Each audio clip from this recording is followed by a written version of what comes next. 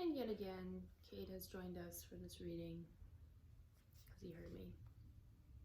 Okay. Sometimes he tried to calculate the number of porcelain bricks in the walls of the cell. It should have been easy, but he always lost count at some point or another. More often, he wondered where he was and what time of day it was. At one moment, he felt certain that it was broad daylight outside, and at the next, equally certain that it was pitch darkness. And in this place, he knew instinctively the lights would never be turned out. It was a place with no darkness. It was the place with no darkness. So who are we gonna meet? You better say Brian O'Brien. I thought it in your head. We're gonna meet O'Brien in the place where there's no darkness. Good guy or bad guy?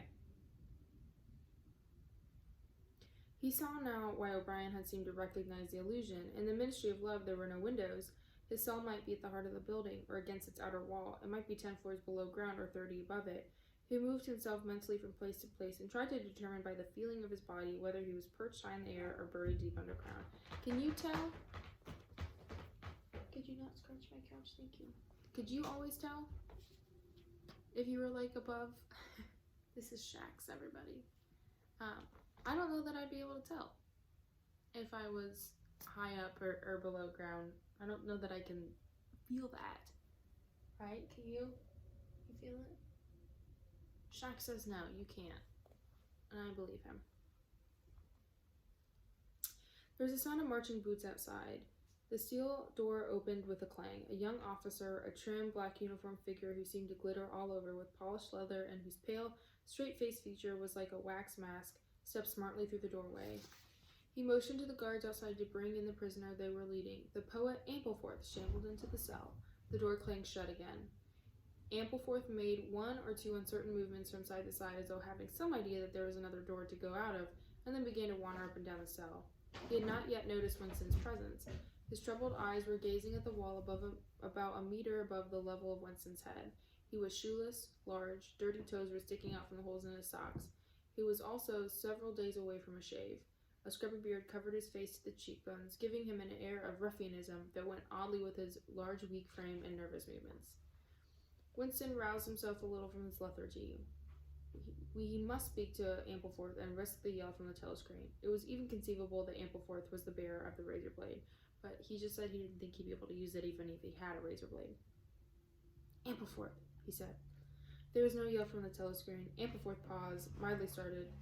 His eyes focused themselves slowly on Winston. Ah, Smith, he said. You too. What are you in for? To tell you the truth, he sat down awkwardly on the bench opposite Winston. There is only one offense, is there not? He said. And have you committed it? Apparently I have. He put a hand to his forehead and pressed his temples for a moment as if trying to remember something. These things happen, he began vaguely. I have been able to recall one instance, a possible instance. It was an indiscretion, undoubtedly. We were producing a definitive edition of the poems of Kipling. I allowed the word God to remain at the end of one line. I couldn't help it, he added almost indignantly, raising his face to look at Winston. It was impossible to change the line. The rhyme was rod. Do you realize that there are only 12 rhymes to rod in the entire language? For days I had racked my brain. There was no other rhyme. The expression on his face changed. The annoyance passed out of it, and for a moment he looked almost pleased. A sort of intellectual warmth, the joy of the pedant who has found out some useless fact shone through the dirt and scrubby hair. Has it ever occurred to you, he said, that the whole history of English poetry has been determined by the fact that English language lacks rhymes? No, the particular thought had never occurred to Winston, nor in the circumstances did it strike him as very important or interesting.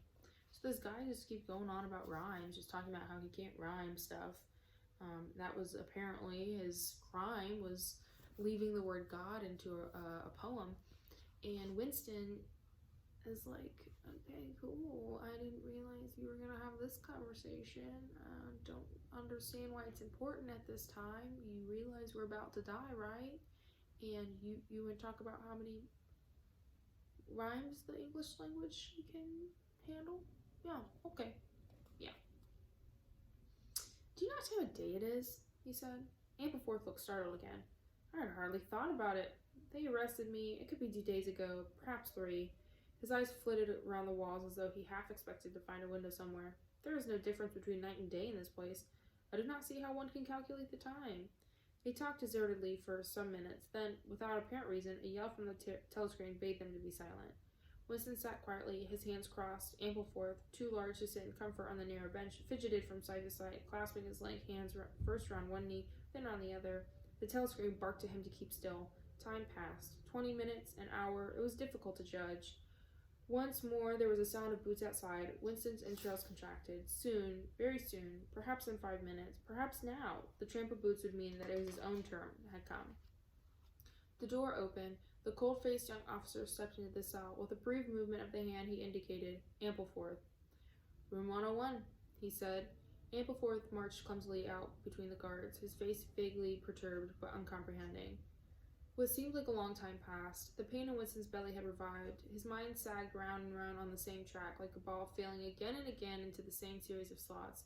He had only 6 thoughts. The pain in his belly, a piece of bread, the blood and the screaming, O'Brien, Julia, the razor blade.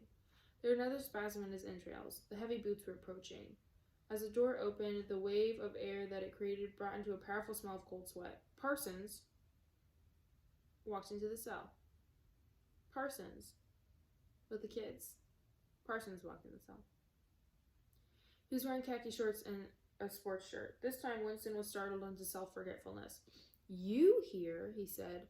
Parsons gave Winston a glance in which there was neither interest or surprise, but only misery. He began walking jerkily up and down, evidently unable to keep still. Each time he straightened his pudgy knees, it was apparent that they were trembling. His eye had a wide-open, staring look, as though he could not prevent himself from gazing at something in the middle distance. "What are you in for?" said Winston. "Thought crime," said Parsons, almost blubbering. The tone of his voice implied at once a complete admission of his guilt and a sort of incredulous horror that such a word could be applied to himself.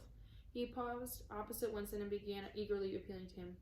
"You don't think they'll shoot me, do you, old chap? They don't shoot if you hadn't actually done anything. Only thoughts, which you can't help. I know they give you a fair hearing. Oh, I trust them for that. They know my record, won't they? You know what kind of chap I am. Not a bad chap in my way. Not brainy, of course, but keen. I tried to do my best for the party, didn't I? I'll get off with 5 years, don't you think, or even 10? A chap like me can make pretty useful in the labor camp. They wouldn't just shoot me for going off the rails just once."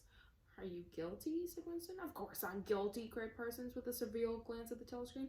"You don't think the party would arrest an innocent man, do you?" His frog-like face grew calmer and even took a slightly sanctimonious expression. "Thought crime is a dreadful thing, old man," he said sententiously. "It's insidious. It can get a hold of you without even knowing it. Do you know how it got hold of me? In my sleep. Yes, that's a fact.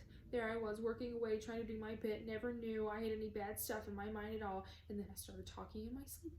Do you know what they heard me saying?" His voice sank like someone who's obliged for medical reasons to utter an obscenity. "Down with Big Brother. Yes, I said that. Said it over and over again, it seems. Between you and me, old man, I'm glad they got me before it went any further. Do you know what I'm going to say when I go up before my tribunal? Thank you, I'm going to say. Thank you for saving me before it was too late." "Who denounced you?" said Winston. "It was my little girl," said Parsons with a sort of dutiful pride. "She listened at the keyhole, heard what I was saying, and nipped off to the patrols the very next day. Pretty smart for a nipper of 7, eh? I don't bear her any grudge for it. In fact, I'm proud of her. It shows I brought her up in the right spirit anyway." Okay, so Parsons walks into the cell and he is so upset, and Winston's like, "Why are you here? What?" And he's like, "Oh my gosh, it's thought crime. Of course it's thought crime. How could it be anything else but thought crime?" And Winston's like, You? This one here? You're guilty of thought crime? Are you sure? What'd you do?" And Parsons is like, "Oh, I sat down with Big Brother in my sleep, and my little girl, she's the one who turned me in." And Winston's like, "Okay." And Parsons is like, "I am so thankful that she turned me in when she did, because I could not let it get any farther. And I am so glad. And when they take me up for my hearing, I am gonna say thank you for saving me and for just getting this while it's still early." So Parsons is still, even in this cell, very attached to the party and trying to be as orthodox as possible right now. And it just comes naturally to him. He's just like, yeah, he loves the party, and he's so thankful that the party it got him when they did. That's crazy.